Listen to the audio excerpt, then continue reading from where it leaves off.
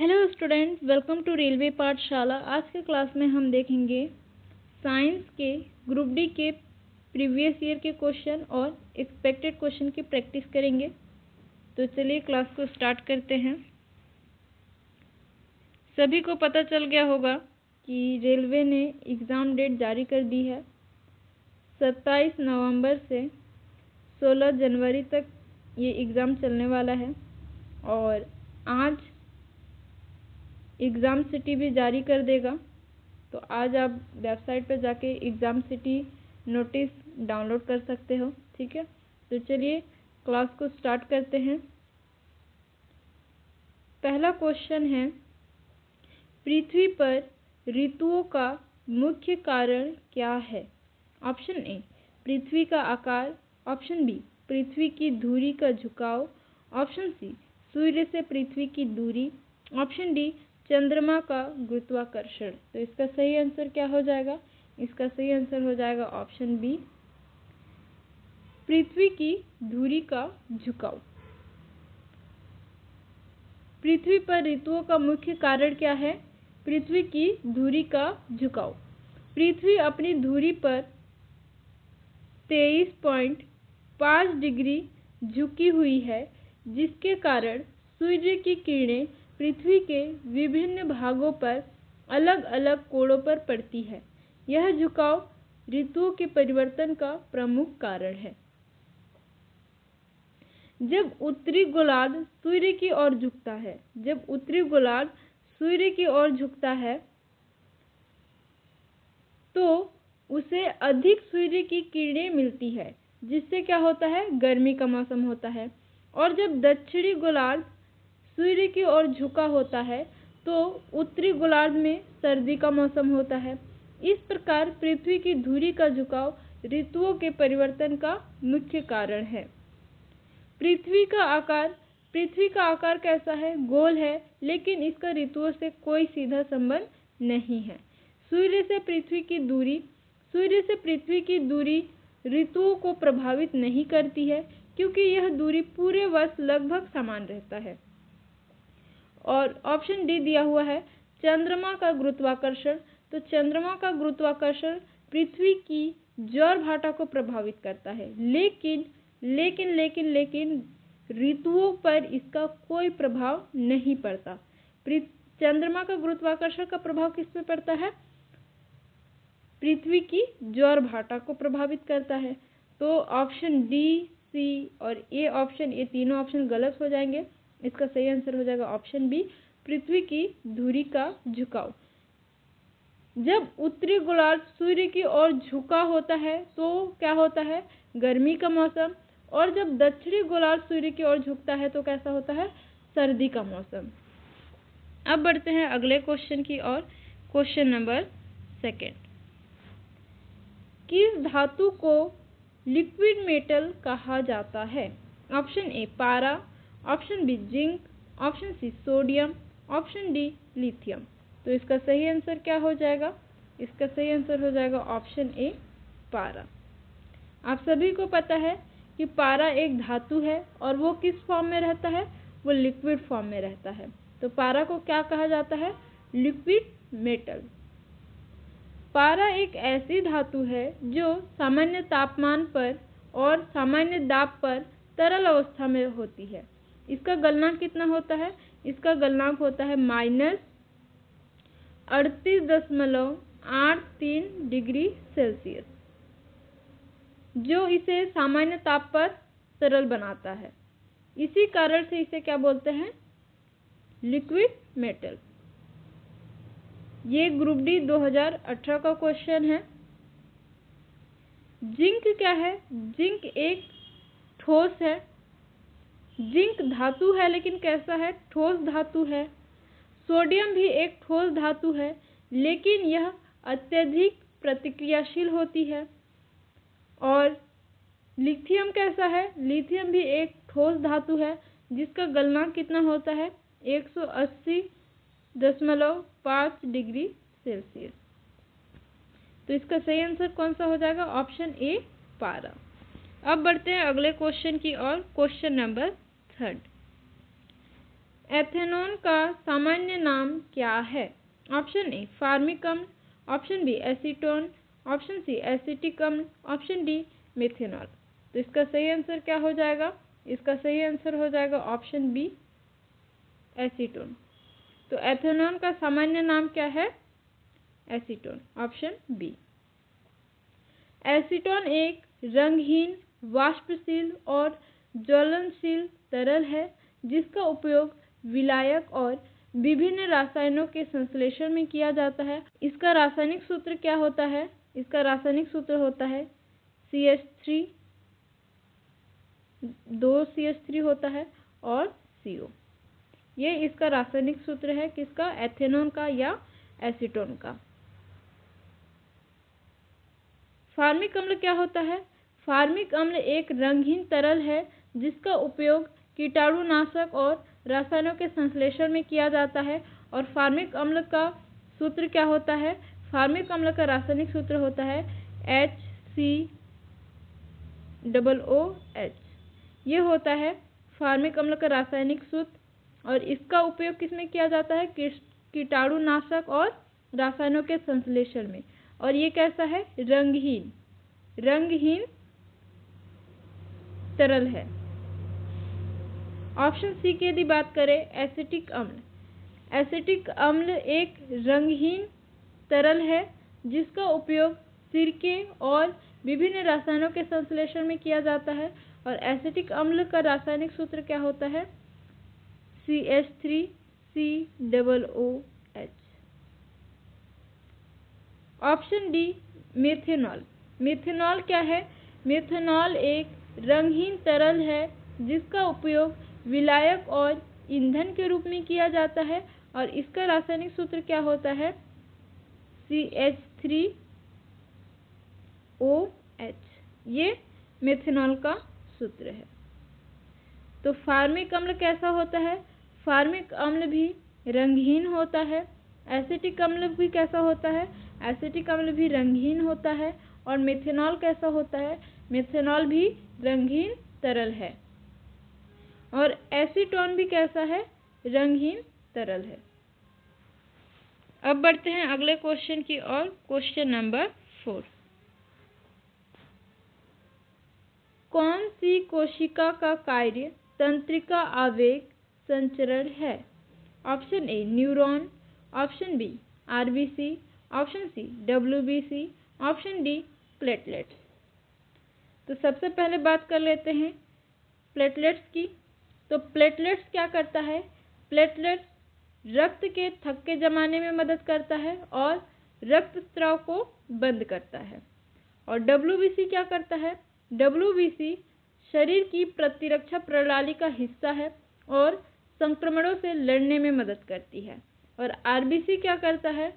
RBC लाल रक्त कोशिकाएं हैं जो ऑक्सीजन को शरीर के विभिन्न भागों तक पहुंचाने का कार्य करती है। तो इसका सही आंसर क्या हो जाएगा? Option A neuron. न्यूरॉन, जिसे तंत्रिका कोशिका भी कहा जाता है, तंत्रिका तंत्र की मूल इकाई है। न्यूरॉन क्या है? तंत्रिका तंत्र की मूल इकाई है और इसको क्या बोला जाता है? तंत्रिका कोशिका। इसका मुख्य कार्य है तंत्रिका आवेग को प्राप्त करना और प्रसंकृत करना और संचारित करना। न्यूरॉन में डेंड्राइट, सेल बॉडी और एक्सॉन होते हैं जो मिलकर तंत्रिका आवेगों को संचरित करते हैं। तो इसका सही आंसर क्या हो जाएगा? Option A neuron. अब बढ़ते हैं अगले क्वेश्चन की ओर। Question number 5। ध्वनि का वेग किस माध्यम में अधिकतम होता है? Option A gas, option B तरल, ऑप्शन सी ठोस, ऑप्शन डी निर्वात। तो इसका सही आंसर क्या हो जाएगा? ऑप्शन सी ठोस। ध्वनि का वेग किस माध्यम में अधिकतम होता है? ठोस माध्यम में। ध्वनि का वेग माध्यम के घनत्व और लोच पर निर्भर करता है और ठोस पदार्थों में कणों के बीच की दूरी कम होती है और वे अधिक कठोर होते हैं जिससे ध्वनि तरंगें तेजी से संचारित होती है। इसलिए ध्वनि का वेग ठोस में अधिकतम होता है और इसके बाद तरल में, फिर गैस में। गैस में ध्वनि का वेग सबसे कम होता है। गैस में ध्वनि का वेग सबसे कम होता है क्योंकि गैस के कण दूर दूर होते हैं। और तरल में ध्वनि का वेग ठोस से कम होता है। तरल में ठोस से कम, क्योंकि सबसे दूर में जो कण होते हैं वो होते हैं गैस के, उसके बाद तरल के कण दूर दूर होते हैं और ठोस के कण एकदम पास पास होते हैं। तो ध्वनि की गति ठोस में ज़्यादा होता है, उसके बाद तरल में और उसके बाद गैस में। और निर्वात में ध्वनि का वेग 0 होता है क्योंकि ध्वनि संचरण के लिए क्या चाहिए होती है? ध्वनि संचरण के लिए माध्यम चाहिए होती है, जो निर्वात में नहीं होता। तो निर्वात में ध्वनि का वेग कितना होगा? 0 होगा। तो इसका सही आंसर क्या हो जाएगा? इसका सही आंसर हो जाएगा ऑप्शन सी, ठोस। अब बढ़ते हैं अगले क्वेश्चन की ओर। Question number 6। मनुष्य के हृदय में कुल कितने कक्ष होते हैं? Option A 2, option B 4, option C 5, option D 3। तो इसका सही आंसर क्या हो जाएगा? इसका सही आंसर हो जाएगा ऑप्शन बी 4। हृदय में 2 ऊपरी कक्ष होते हैं जिन्हें दायां और बायां अंश यानी एट्रियम कहा जाता है, और 2 निचले कक्ष होते हैं जिन्हें दायां और बायां वेंट्रिकल कहा जाता है। ये कक्ष रक्त को हृदय में प्रवेश करने, पंप करने और शरीर में वितरित करने का कार्य करते हैं। आप यदि हृदय का स्ट्रक्चर देखे होंगे तो हृदय का स्ट्रक्चर कुछ इस तरह से होता है। ये होता है आपका दायां एट्रियम और ये होता है आपका बायां एट्रियम और ये होता है दायां वेंट्रिकल और इधर होता है आपका बायां वेंट्रिकल।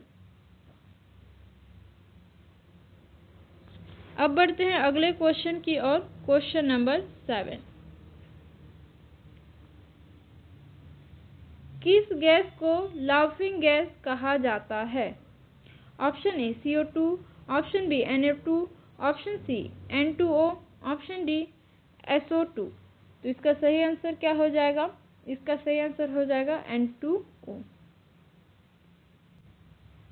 N2O नाइट्रिक ऑक्साइड एक रंगहीन गैस है जिसका उपयोग चिकित्सा में एनेस्थेटिक और पेन रिलीवर के रूप में किया जाता है। इसे लाफिंग गैस भी कहा जाता है क्योंकि इसके प्रभाव से व्यक्ति को हंसी और खुशी की भावना होती है। CO2 क्या है? CO2 कार्बन डाइऑक्साइड, यह एक रंगहीन गैस है जो श्वसन प्रक्रिया में उत्पन्न होती है। और NO2 क्या है? NO2 नाइट्रोजन डाइऑक्साइड, यह एक विषाक्त गैस है जो वायु प्रदूषण का कारण बनती है। और SO2 सल्फर डाइऑक्साइड, यह एक विषाक्त गैस है जो वायु प्रदूषण का कारण बनती है। तो NO2 और SO2 क्या है? वायु प्रदूषण के कारण है। और CO2 जो श्वसन प्रक्रिया में उत्पन्न होती है। और N2O क्या है? N2O नाइट्रस ऑक्साइड, जो एक रंगीन गैस है जिसका उपयोग चिकित्सा में एनेस्थेटिक और पेन रिलीवर के रूप में किया जाता है। इसे लाफिंग गैस क्यों कहा जाता है? क्योंकि इसको सूंघने के बाद व्यक्ति को हंसी और खुशी की अनुभूति होती है। अब बढ़ते हैं अगले क्वेश्चन की ओर। Question number 8। वह घटना जिसमें प्रकाश किरण प्रिज्म से गुजरते समय रंगों में विभाजित हो जाती है। ऑप्शन ए परावर्तन, ऑप्शन बी अपवर्तन, ऑप्शन सी विकिरण, ऑप्शन डी विवर्तन। तो इसका सही आंसर क्या हो जाएगा? इसका सही आंसर हो जाएगा ऑप्शन बी अपवर्तन। जब प्रकाश किरण प्रिज्म से गुजरती है तो वह अपने विभिन्न रंगों में विभाजित हो जाती है, जिसे क्या बोलते हैं? वर्ण विचलन कहा जाता है। यह घटना अपवर्तन के कारण होती है जिसमें प्रकाश की गति विभिन्न माध्यम में अलग अलग होती है। अब बढ़ते हैं अगले क्वेश्चन की ओर। Question number 9। मनुष्य के शरीर में आयोडीन की कमी से कौन सा रोग होता है? ऑप्शन ए रतौंधी, ऑप्शन बी घेंघा, option C anaemia, option D scurvy. तो इसका सही आंसर क्या हो जाएगा? इसका सही आंसर हो जाएगा ऑप्शन बी घेंघा, और इसको क्या बोलते हैं? गॉइटर। आयोडीन की कमी से थायराइड ग्रंथि में सूजन आ जाती है, जिससे गर्दन में सूजन हो जाती है, जिसे क्या बोलते हैं? घेंघा, और क्या बोलते हैं? गॉइटर। आयोडीन थायराइड हार्मोन के निर्माण के लिए आवश्यक है, जो शरीर के विकास और उपापचय को नियंत्रित करता है। और रतौंधी कब होता है? रतौंधी विटामिन ए की कमी से होता है, जिससे क्या होता है? रात में देखने में कठिनाई होती है। और एनीमिया कब होता है? एनीमिया आयरन की कमी से होता है, जिससे रक्त में हीमोग्लोबिन का स्तर कम हो जाता है। और स्कर्वी वह रोग है जो विटामिन सी की कमी से होता है, जिससे मसूड़ों में सूजन, दांतों का ढीलापन और त्वचा पर दाने हो जाते हैं। इसको क्या बोलते हैं? स्कर्वी। और ये विटामिन सी की कमी से होता है, और रतौंधी विटामिन ए की कमी से होता है। तो इसका सही आंसर कौन सा हो जाएगा? ऑप्शन बी घेंघा। अब बढ़ते हैं अगले क्वेश्चन की ओर। Question number 10। धातुओं की विद्युत चालकता का मुख्य कारण क्या है? ऑप्शन ए नाभिक, option B proton, option C मुक्त इलेक्ट्रॉन, ऑप्शन डी न्यूट्रॉन। तो इसका सही आंसर क्या हो जाएगा? इसका सही आंसर हो जाएगा ऑप्शन सी मुक्त इलेक्ट्रॉन। धातुओं में मुक्त इलेक्ट्रॉन होते हैं, जो धातु के परमाणु के बीच मुक्त रूप से घूमते रहते हैं। जब धातु के दोनों सिरों पर विद्युत विभवांतर लगाया जाता है, तो ये मुक्त इलेक्ट्रॉन एक दिशा में प्रवाहित होने लगते हैं, जिससे विद्युत धारा उत्पन्न होती है। नाभिक परमाणु का केंद्र होता है, जिसमें प्रोटॉन और न्यूट्रॉन होते हैं, लेकिन यह विद्युत चालकता में सीधा योगदान नहीं देता। प्रोटॉन नाभिक में होते हैं और विद्युत आवेश को निर्धारित करते हैं, लेकिन ये मुक्त रूप से घूमने में सक्षम नहीं होते, तो ये विद्युत चालकता में कोई रोल नहीं निभाता। और डी न्यूट्रॉन नाभिक में होते हैं और विद्युत आवेश को प्रभावित नहीं करते। तो इसका सही आंसर कौन सा हो जाएगा? ऑप्शन सी मुक्त इलेक्ट्रॉन। अब बढ़ते हैं अगले क्वेश्चन की ओर। Question number 11। प्रोटीन का निर्माण किससे होता है?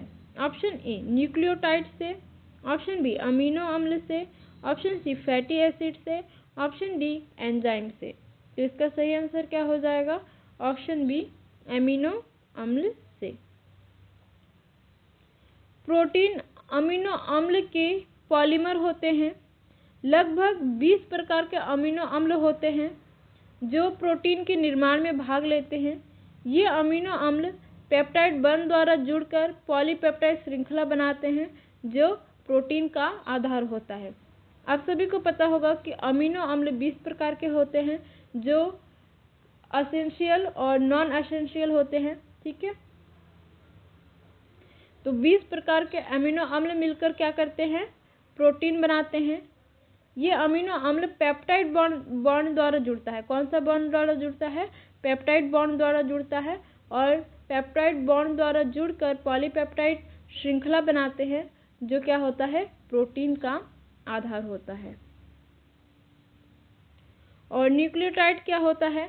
न्यूक्लियोटाइड न्यूक्लिक एसिड यानी डीएनए और आरएनए। न्यूक्लियोटाइड क्या होता है? न्यूक्लिक एसिड, डीएनए और आरएनए का निर्माण खंड होते हैं। और फैटी एसिड क्या होता है? फैटी एसिड लिपिड के निर्माण में भाग लेते हैं। और एंजाइम क्या होता है? एंजाइम स्वयं प्रोटीन होते हैं, जो जैव रासायनिक प्रतिक्रियाओं को उत्प्रेरित करते हैं। तो एंजाइम क्या है? एंजाइम एक स्वयं प्रोटीन होते हैं, जो जैव रासायनिक प्रतिक्रिया को उत्प्रेरित करते हैं। तो इसका सही आंसर कौन सा हो जाएगा? इसका सही आंसर हो जाएगा ऑप्शन बी, अमीनो अम्ल। अब बढ़ते हैं अगले क्वेश्चन की ओर। क्वेश्चन नंबर 12, परमाणु संख्या 20 किस तत्व की है? आपको पूरा जो आवर्त सारणी है उसमें आपको परमाणु संख्या और परमाणु भार आपको याद रखना है, ठीक है। Option A lithium, option B calcium, option C boron, option D sodium. Sodium का परमाणु संख्या कितना होता है? 11। लिथियम का कितना होता है? लिथियम का होता है 3। और बोरान का कितना होता है? बोरान का होता है 5। आपको ये याद रखना है, ठीक है। तो इसका सही आंसर क्या हो जाएगा? Option B calcium. कैल्शियम एक क्षारीय मृदा धातु है जिसका परमाणु संख्या कितना? 20 और परमाणु द्रव्यमान कितना? 40.08 है। यह जीवित प्राणियों के लिए आवश्यक तत्व है और हड्डियों के निर्माण में महत्वपूर्ण भूमिका निभाता है। अब बढ़ते हैं अगले क्वेश्चन की ओर। क्वेश्चन नंबर 13, ग्रहों की कक्षाएं किसने बताई थी? Option A Newton, option B Kepler, option C Galileo, option D Einstein. तो इसका सही आंसर क्या हो जाएगा? इसका सही आंसर हो जाएगा ऑप्शन बी केपलर ने। ग्रहों की कक्षाएं किसने बताई थी? केपलर ने। और केपलर का पूरा नाम क्या है? Johannes Kepler. Johannes Kepler. Johannes Kepler ने अपने 3 नियमों के माध्यम से ग्रहों की कक्षाओं का वर्णन किया। पहला, ग्रह सूर्य के चारों ओर अंडाकार कक्षाओं में घूमते हैं। अंडाकार कक्षा मतलब ऐसा, ये सूर्य है और इसके अंडाकार कक्षाओं में क्या होता है? ग्रह घूमते हैं। दूसरा, ग्रह की त्रिज्या वेक्टर समान समय में समान क्षेत्रफल को कवर करती है। और तीसरा, ग्रह के परिक्रमण काल का वर्ग सूर्य से उसकी औसत दूरी के घन के समानुपाती होता है। न्यूटन ने क्या किया था? न्यूटन ने गुरुत्वाकर्षण के नियम का प्रतिपादन किया। गैलीलियो ने दूरबीन का आविष्कार किया और खगोल विज्ञान में महत्वपूर्ण योगदान दिया। और आइंस्टीन ने सापेक्षता के सिद्धांत का प्रतिपादन किया, जो कि फिजिक्स के लिए बहुत इम्पोर्टेंट फॉर्मूला है। सापेक्षता बहुत इम्पोर्टेंट कॉन्सेप्ट है। सापेक्षता, यदि सापेक्षता का कॉन्सेप्ट ना हो तो फिजिक्स के सारे जो कॉन्सेप्ट है वो फेल हो जाते हैं कहीं ना कहीं। तो सापेक्षता मोस्ट इम्पॉर्टेंट कॉन्सेप्ट है, जो किसने दिया था? आइंस्टीन ने। अब बढ़ते हैं अगले क्वेश्चन की ओर। क्वेश्चन नंबर 14, रक्त का लाल रंग किसके कारण होता है? Option A chlorophyll, option B haemoglobin, option C bilirubin, option D haemocyanin. तो इसका सही आंसर क्या हो जाएगा? इसका सही आंसर हो जाएगा ऑप्शन बी हीमोग्लोबिन। तो रक्त का लाल रंग किसके कारण होता है? हीमोग्लोबिन के कारण होता है। हीमोग्लोबिन क्या है? हीमोग्लोबिन एक प्रोटीन है जो लाल रक्त कोशिकाओं में पाया जाता है। इसमें क्या होता है? इसमें आयरन होता है जो ऑक्सीजन के साथ मिलकर रक्त को लाल रंग देता है। जब ऑक्सीजन हीमोग्लोबिन से जुड़ती है तो रक्त का रंग चमकदार लाल हो जाता है, और जब ऑक्सीजन नहीं होते तो रंग गहरा लाल या बैंगनी हो जाता है। यदि बात करें ऑप्शन ए क्लोरोफिल का, तो क्लोरोफिल किस में पाया जाता है? क्लोरोफिल पौधों में पाया जाने वाला है और ये हरा रंग का रंग द्रव्य है जो प्रकाश संश्लेषण में मदद करती है। और बिलीरुबिन क्या है? बिलीरुबिन एक पित्त वर्णक है जो रक्त के टूटने से बनता है और पीलिया का कारण बन सकता है।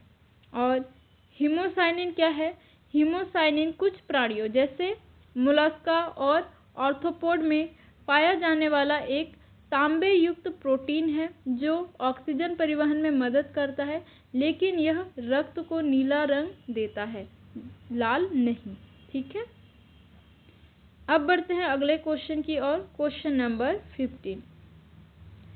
विद्युत धारा की एसआई इकाई क्या है? Option A volt, option B ampere, option C ohm, option D watt. तो इसका सही आंसर क्या हो जाएगा? इसका सही आंसर हो जाएगा ऑप्शन बी एम्पियर। एम्पियर को ए से प्रदर्शित करते हैं। एम्पियर विद्युत धारा की एसआई इकाई है जो 1 कूलम्ब प्रति सेकंड के बराबर होती है। यह इकाई फ्रेंच भौतिक वैज्ञानिक आंद्रे मैरी एम्पियर के नाम पर रखी गई है। किसके नाम पर रखी गई है? आंद्रे मैरी एम्पियर के नाम पर रखी गई है। और वोल्ट को वी से प्रदर्शित करते हैं।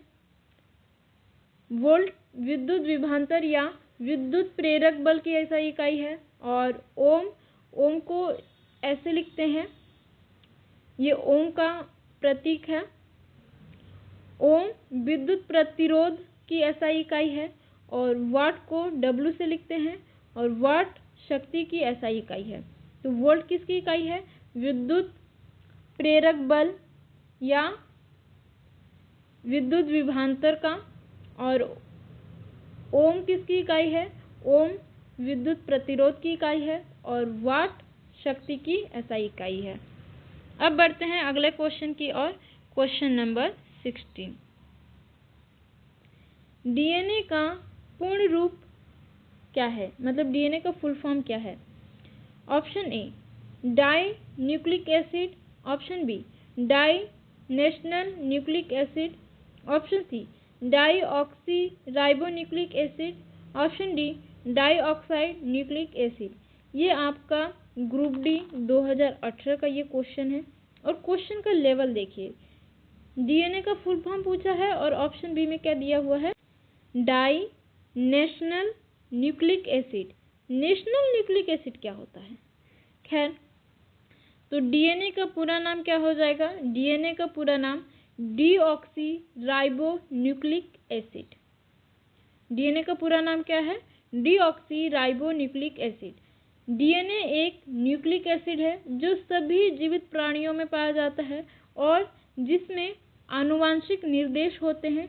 यह 2 न्यूक्लियोटाइड श्रृंखलाओं से बना होता है जो एक डबल हेलिक्स संरचना में जुड़े होते हैं। डीएनए की संरचना कैसी होती है? डबल स्ट्रैंडेड, और इसको बोलते हैं द्वि हेलिक्स। ये हेलिक्स जैसा संरचना है और एक ऐसा है डबल स्ट्रैंडेड है, तो इसको क्या बोलते हैं? डबल हेलिक्स संरचना। अब बढ़ते हैं अगले क्वेश्चन की ओर। Question number 17। हैबर प्रक्रिया किसके निर्माण में प्रयोग होती है? ऑप्शन ए नाइट्रिक अम्ल, option B sodium chloride, option C ammonia, option D sulphur dioxide. तो इसका सही आंसर क्या हो जाएगा? इसका सही आंसर हो जाएगा ऑप्शन सी अमोनिया। हैबर प्रक्रिया एक रासायनिक प्रक्रिया है जिसमें नाइट्रोजन और हाइड्रोजन गैस को उच्च दाब और तापमान पर अभिक्रिया कराकर अमोनिया बनाया जाता है। यह प्रक्रिया फ्रिट्ज हैबर द्वारा विकसित की गई थी और इसका उपयोग उर्वरक और अन्य रसायन के उत्पादन में किया जाता है। तो किसको किसको? नाइट्रोजन और हाइड्रोजन, इन 2 गैसों को उच्च दाब और उच्च तापमान पर अभिक्रिया कराकर क्या बनता है? इसमें अमोनिया NH3। और यह प्रक्रिया किसने? फ्रिट्ज हैबर द्वारा विकसित की गई थी और इसका उपयोग उर्वरकों और अन्य रसायनों के उत्पादन में किया जाता है। ऑप्शन ए नाइट्रिक अम्ल की यदि बात करें तो नाइट्रिक अम्ल का निर्माण ओस्टवाल्ड प्रक्रिया द्वारा किया जाता है। किस प्रक्रिया द्वारा? ओस्टवाल्ड। और सोडियम क्लोराइड नमक का निर्माण समुद्री जल से किया जाता है। और सल्फर डाइऑक्साइड का निर्माण सल्फर के जलने से होता है। सल्फर को यदि जलाएंगे तो उससे क्या बनेगा? Sulphur dioxide. तो इसका सही आंसर क्या हो जाएगा? Option C ammonia. हैबर प्रक्रिया किसके निर्माण में प्रयोग होता है? अमोनिया के निर्माण में। अब बढ़ते हैं अगले क्वेश्चन की ओर। Question number 18। प्रकाश वर्ष किसकी इकाई है?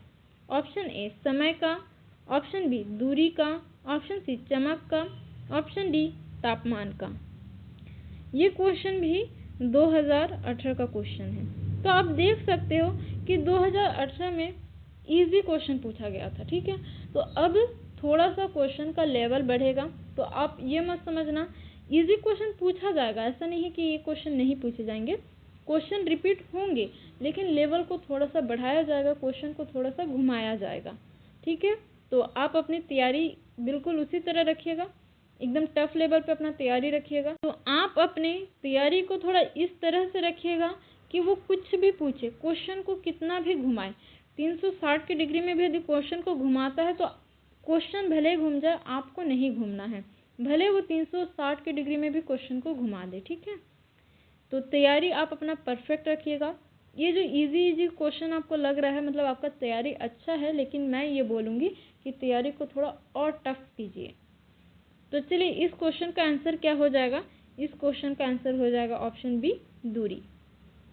प्रकाश वर्ष वह दूरी है जो प्रकाश एक वर्ष में तय करता है, जो लगभग 9.461 इंटू 10⁻12 किलोमीटर है। यह इकाई खगोल विज्ञान में तारों और अन्य खगोलीय वस्तु की दूरी को मापने के लिए उपयोग की जाती है। तो ये किसके मापने के लिए उपयोग की जाती है? खगोल विज्ञान में तारों और अन्य खगोलीय वस्तुओं की दूरी को मापने के लिए इसका उपयोग किया जाता है। क्वेश्चन इजी था, लेकिन जो थ्योरी है ये डाटा आपको याद रखना है, ठीक है। क्वेश्चन भले ही इजी था, ये क्वेश्चन यदि नहीं पूछा जाएगा, क्या पता ये डाटा से क्वेश्चन पूछा जाए, है ना। तो आपको दिमाग में ये चीज़ रखना है कि क्वेश्चन कितना भी टफ आए, जो कॉन्सेप्ट है, कॉन्सेप्ट आपका यही है, ठीक है। कॉन्सेप्ट आपका एनसीईआरटी ही है। आपका एनसीईआरटी यदि क्लियर है तो फिर क्वेश्चन वो चाहे कितना भी घुमाए, आप करके आओगे। इतना खुद पे भरोसा रखो, इतना आप करके आओगे। और यदि थोड़ा बहुत 2% 4% की वजह से यदि आप चूक जाते हैं तो निराश आपको नहीं होना है, लेकिन अभी से आपको ये मान के चलना है कि आप बहुत अच्छा कर सकते हो, आप द परफेक्ट कर सकते हो और आप बेस्ट करोगे यार, आप बेस्ट करोगे। इतना खुद पे भरोसा रखो। क्वेश्चन ज़्यादा टफ नहीं आएगा, यदि टफ आएगा एकदम, देखो क्या होता है ना, जैसे 2000 इसी क्लास में कई क्वेश्चन 2022 के भी आपने देखे होंगे, है ना। तो एकदम 2018 का क्वेश्चन और 2022 का क्वेश्चन एकदम जमीन आसमान का फ़र्क नहीं है। 15 से 20% टफेस्ट लेवल इतना ही आगे पीछे होता है। तो 2022 के क्वेश्चन से ज़्यादा टफ नहीं होगा। क्वेश्चन के स्तर को बढ़ाने के लिए एकदम से क्वेश्चन के स्तर को नहीं बढ़ाया जाता है, 10% 20% स्तर को ही क्वेश्चन का बढ़ाया जाता है। तो बहुत ज़्यादा टफ नहीं आएगा। तो आप अपने कॉन्फिडेंस को बनाए रखिए, ठीक है। आज एग्ज़ाम सिटी भी डल जाएगी, ठीक है। तो सबके लिए बेस्ट ऑफ लक, है ना। तो खुद को पहले आप सेल्फ मोटिव हो, ठीक है। आप खुद को मोटिव करो और यकीन मानो कि यदि आपको खुद पे भरोसा है तो आप बहुत अच्छा कर सकते हो, ठीक है। तो अब बढ़ते हैं अगले क्वेश्चन की ओर। Question number 19। मनुष्य के शरीर में सबसे बड़ा अंग कौन सा है?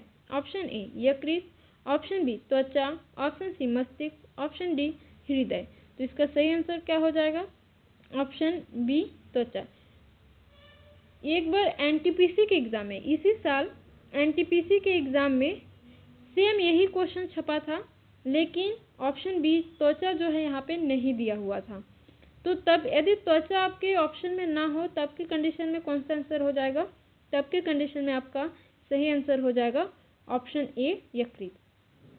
एनटीपीसी के एग्ज़ाम में यही क्वेश्चन एग्जैक्ट छपा था, बस त्वचा को हटा दिया था, ठीक है। तो मनुष्य के शरीर का सबसे बड़ा अंग कौन सा है? त्वचा, जो लगभग 1.52 वर्ग मीटर के क्षेत्रफल को कवर करती है। यह शरीर को बाहरी नुकसान से बचाती है। तापमान को नियंत्रित करती है और संवेदनाओं को महसूस करने में मदद करती है। त्वचा क्या है आपका? त्वचा जो है आपका एक संवेदी अंग है, ठीक है। यकृत क्या है? यकृत शरीर का सबसे बड़ा आंतरिक अंग है। अच्छा, क्वेश्चन में यहाँ पे आपको क्या ही घुमाएगा, यदि घुमाया तो क्वेश्चन में ये भी पूछ सकता है मनुष्य के शरीर में सबसे बड़ा आंतरिक अंग कौन सा है, तब भी आंसर क्या हो जाएगा? ऑप्शन ए यकृत, ठीक है। तो यकृत क्या है? शरीर का सबसे बड़ा आंतरिक अंग जो पाचन और विषाक्त पदार्थों को निकालने में मदद करता है। और मस्तिष्क क्या है? मस्तिष्क शरीर का नियंत्रण केंद्र है जो विचार, भावना और शारीरिक कार्यों को नियंत्रित करता है। मस्तिष्क क्या है? अपना सेंटर है। ऑप्शन डी है हृदय। हृदय क्या है? हृदय शरीर का एक महत्वपूर्ण अंग है जो रक्त को पंप करता है और शरीर के विभिन्न भागों में ऑक्सीजन और पोषक तत्व पहुंचाता है। मस्तिष्क क्या है? मस्तिष्क जो है पूरे शरीर को कंट्रोल करती है, तो ये एक नियंत्रण केंद्रक है, ठीक है। अब बढ़ते हैं अगले क्वेश्चन की ओर। Question number 20। चुंबकीय बल रेखाएं आपस में ऑप्शन ए काटती है, ऑप्शन बी समांतर होती है, ऑप्शन सी कभी नहीं काटती, ऑप्शन डी एक दूसरे से मिलती है। तो इसका सही आंसर क्या हो जाएगा? ऑप्शन सी कभी नहीं काटती है। चुंबकीय बल रेखाएं जो हैं वो आपस में एक दूसरे को कभी नहीं काटेगी। चुंबकीय बल रेखाएं एक चुंबक के चारों ओर एक विशिष्ट पथ पर चलती है और वे आपस में कभी नहीं कटती। यदि वे आपस में कटती हैं तो उस बिंदु पर चुंबकीय क्षेत्र की दिशा दो अलग अलग होती है, जो क्या है? असंभव है, ठीक है। अब बढ़ते हैं अगले क्वेश्चन की ओर। Question number 21। निम्न में से सबसे अच्छा ऊष्मा चालक कौन है? ऑप्शन ए लकड़ी, ऑप्शन बी तांबा, option C plastic, option D कांच। इतना टफ क्वेश्चन है, ये भी 2018 का क्वेश्चन है, ग्रुप डी का ही 2018 का क्वेश्चन है, ठीक है। तो लकड़ी कैसा है? लकड़ी ऊष्मा का चालक नहीं है, ऊष्मा को एकदम धीमी गति से ले जाती है। लकड़ी ऊष्मा को कैसे? एकदम धीमी गति से। प्लास्टिक भी ऊष्मा का सुचालक नहीं है। और कांच एक माध्यम ऊष्मा चालक है, लेकिन ऑप्शन बी तांबे से कम। तो सबसे ज़्यादा किस में होता है? सबसे ज़्यादा होता है तांबे में। तो तांबा जो है, इस क्वेश्चन में तांबा जो है ऊष्मा का अच्छा चालक है और कांच भी ऊष्मा का संचालन करती है, लेकिन तांबे से कम। तो इसका सही आंसर क्या हो जाएगा? ऑप्शन बी तांबा। अब बढ़ते हैं अगले क्वेश्चन की ओर। Question number 22। प्राकृतिक रबर किससे बनता है? Option A isoprene, option B ethylene, option C propene, option D vinyl chloride. तो इसका सही आंसर क्या हो जाएगा? Isoprene, option A isoprene. प्राकृतिक रबर एक पॉलीमर है जो आइसोप्रीन के मोनोमर से बनता है। यह रबर के पेड़ का क्या नाम है? हेविया ब्राजिलियंसिस। हेविया ब्राजिलियंसिस के दूधिया रस को क्या बोलते हैं? लेटेक्स। तो हेविया ब्राजिलियंसिस के लेटेक्स से प्राप्त किया जाता है। आइसोप्रीन के पॉलीमराइजेशन से प्राकृतिक रबर बनता है जो लिसा जॉइंट के रूप में जाना जाता है। किसके रूप में जाना जाता है? लिसा जॉइंट के रूप में जाना जाता है। एथिलीन क्या है? एथिलीन एक अन्य प्रकार का मोनोमर है जो पॉलीथीन के निर्माण में उपयोग होता है। किसके निर्माण में? पॉलीथीन के निर्माण में। और प्रोपीन क्या है?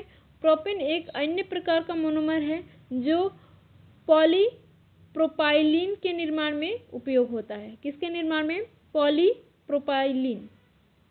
और विनाइल क्लोराइड क्या है? विनाइल क्लोराइड एक अन्य प्रकार का मोनोमर है जो पॉलीविनाइल क्लोराइड PVC जिसको बोलते हैं, इसके निर्माण में उपयोग होता है। अब बढ़ते हैं अगले क्वेश्चन की ओर। Question number 23। ऊर्जा संरक्षण का नियम किसने दिया? Option A Joule, option B Newton, option C Pascal, option D Boyle. तो इसका सही आंसर हो जाएगा ऑप्शन ए जूल। जूल ने ऊर्जा संरक्षण के नियम को प्रस्तुत किया, जो कहता है कि ऊर्जा का ना तो निर्माण किया जा सकता है और ना ही विनाश किया जा सकता है। ऊर्जा केवल एक रूप से दूसरे रूप में बदल सकता है। यह नियम ऊर्जा के विभिन्न रूपों के बीच संबंध दर्शाता है, जैसे कि गतिज ऊर्जा, स्थितिज ऊर्जा, ऊष्मीय ऊर्जा आदि। यदि ऑप्शन बी की बात करें, न्यूटन की बात करें, तो न्यूटन ने गति के नियम और गुरुत्वाकर्षण के नियम को प्रस्तुत किया।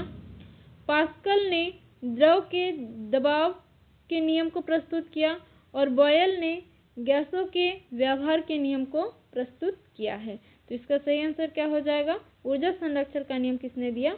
ऑप्शन ए जूल ने। अब बढ़ते हैं अगले क्वेश्चन की ओर। Question number 24। पाचन की प्रारंभिक प्रक्रिया कहाँ होती है? ऑप्शन ए आमाशय, ऑप्शन बी छोटी आंत, ऑप्शन सी मुंह, ऑप्शन डी ग्रास नली। तो इसका सही आंसर क्या हो जाएगा? इसका सही आंसर हो जाएगा ऑप्शन सी मुंह। तो मुंह में पाचन की प्रारंभिक प्रक्रिया होती है, जहाँ भोजन को दांतों द्वारा चबाया जाता है और लिवास द्वारा मिलाया जाता है। लिवास मतलब लार में मौजूद एंजाइम जैसे कि एमाइलेज भोजन में मौजूद कार्बोहाइड्रेट्स को शर्करा में बदलने लगते हैं और इसके बाद भोजन ग्रासनली से आमाशय में जाता है, जहाँ पाचन की अगली प्रक्रिया होती है। आमाशय में क्या होता है? आमाशय में पाचन की अगली प्रक्रिया होती है, जहाँ पेप्सिन और गैस्ट्रिक जूस भोजन को प्रोटीन और अन्य पोषक तत्वों में बदल देते हैं। और छोटी आंत में क्या होता है? छोटी आंत में पाचन की अंतिम प्रक्रिया होती है, जहाँ पोषक तत्वों का क्या होता है? अवशोषण होता है। और ग्रासनली में क्या होता है? ग्रासनली केवल भोजन को मुंह से आमाशय तक पहुंचाने का काम करती है। ग्रासनली एक पाथवे के रूप में काम करती है। तो इसका सही आंसर क्या हो जाएगा? ऑप्शन सी मुंह। अब बढ़ते हैं अगले क्वेश्चन की ओर। Question number 25। सूर्य से ऊर्जा प्राप्त करने की प्रक्रिया क्या है? ऑप्शन ए संलयन, ऑप्शन बी विखंडन, ऑप्शन सी दहन, ऑप्शन डी अपघटन। तो इसका सही आंसर क्या हो जाएगा? आप मुझे कमेंट करके बताएंगे। आज की क्लास आपको कैसी लगी? आशा करती हूँ कि आज की क्लास आपको पसंद आई होंगी, क्वेश्चन आपको पसंद आए होंगे, आपकी तैयारी बहुत अच्छी चल रही होगी। आपके अच्छे भविष्य की कामना करते हुए मैं आज की क्लास को यहीं तक रखती हूँ। वीडियो के लास्ट तक बने रहने के लिए आपका बहुत बहुत धन्यवाद। यदि आप चैनल पर नए हो तो चैनल को प्लीज़ सब्सक्राइब कर लीजिएगा। Thank you for watching.